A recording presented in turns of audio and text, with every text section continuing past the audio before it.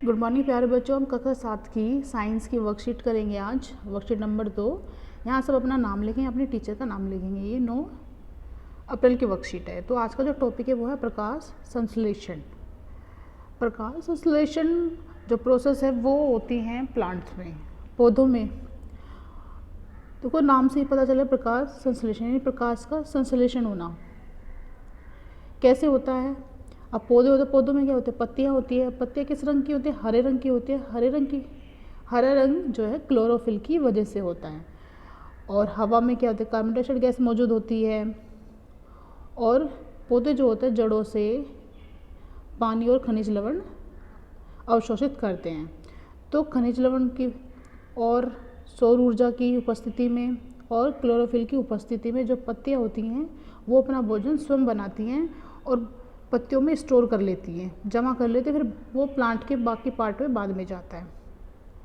तो इसी पूरी प्रोसेस को कहते हैं हम प्रकाश संश्लेषण।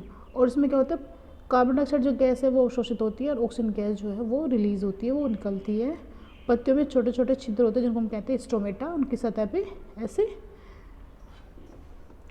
तो जो प्लांट है वो क्या कर रहे हैं, अपना पोषण स्वयं कर रहे हैं, अपना भोजन स्वयं बना रहे हैं। इसलिए हम कहते हैं उन्हें कि उनमें कौन सी विधि का प्रयोग करते हैं, वो स्वपोषण विधि का। तो पोषण विधि जिसमें जीव अपना भोजन स्वयं तैयार करता है उसे स्वपोषण कहते हैं। उदाहरण के लिए हरे पौधे पादप स्वपोषण करते हैं। तो ये हमने समझ लिया, परंतु वे ऐसा किस तरह से कर पाते हैं।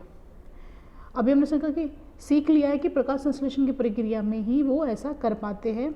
जो पत्तियाँ होती है उनको हम कहते हैं खाद्य फैक्ट्रियाँ। पादपों में खाद्य का निर्माण पत्तियों में होता है। पत्तियों में एक हरा वर्णक होता है जिसे हम क्लोरोफिल कहते हैं। यह सूर्य के प्रकाश की ऊर्जा का संग्रहण करने में पत्ती की सहायता करता है, उसको ट्रैप कर लेता है। जो क्लोरोफिल होता है पत्ती के अंदर, तो जैसे इस पे सौर ऊर्जा पड़ती है तो ये क्या करता है, जो धूप होती है उसकी जो गर्म ऊर्जा होती है, प्रकाश जो होता है उसको इसमें ट्रैप कर लेता है, जिसकी सहायता से वो प्रकाश संश्लेषण की प्रक्रिया करते हैं। वह प्रक्रिया जिसके द्वारा हरे पादप क्लोरोफिल की सहायता से सूर्य के प्रकाश की उपस्थिति में कार्बन डाइऑक्साइड गैस और जल से भोजन तैयार करते हैं, इसे हम प्रकाश संश्लेषण कहते हैं। हवा से कार्बन डाइऑक्साइड गैस पत्तियों की सतह पर मौजूद छोटे छिद्रों के माध्यम से लिया जाता है। ठीक है, अब गैस है पौधों के अंदर जाएगी कैसे, पत्तियों के थ्रू ही जाती है, क्योंकि पत्तियों पे क्या होता है, एक छोटा सा पत्तियों की सतह पे छोटे छोटे क्या होते हैं, छिद्र होते हैं। जैसे यहाँ पे हम देख, जैसे ये पत्ती है तो यहाँ पे क्या होता है, छोटे छोटे इसकी सतह पे क्या होते हैं, छोटे छोटे छिद्र होते हैं। जब इनको हम माइक्रोस्कोप सूक्ष्मदर्शी की सहायता से देखेंगे तो हमें कैसे दिखेगा, ये कुछ ऐसे दिखेगा, इस तरह से। ये वाला जो छोटा छिद्र इसको हम बोलेंगे स्टोमेटा।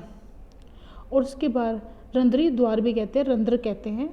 और रंध्र द्वार ये हो जाएगा जहाँ से ये एंट्री हो रही है ना, यहीं से जो गैस है वो अंदर जाती है और बाहर जाती है। और इसके आसपास जो डॉट डॉट से लगे हुए ना, ये बोलेंगे इनको गार्ड सेल्स, द्वार कोशिकाएं। ये इसकी जो है स्टोमेटा की रक्षा करती हैं।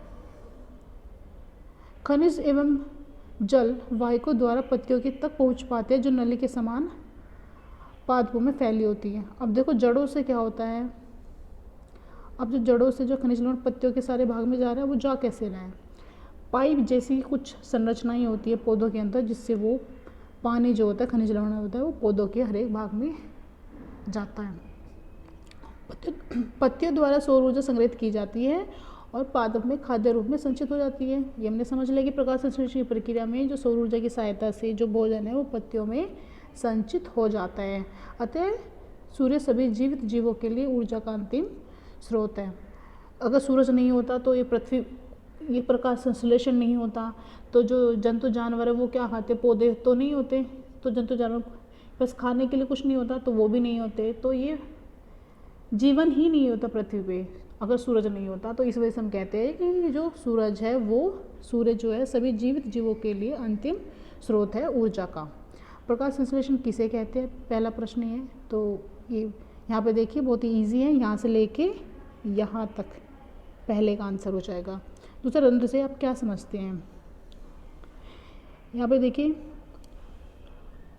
पत्तियों की सतह पे, यहाँ से लिख देंगे हम दूसरे का आंसर। पत्तियों की सतह पर मौजूद छोटे छिद्रों के माध्यम से लिया जाता है। इन छिद्रों को हम स्टोमेटा कहते हैं। यहाँ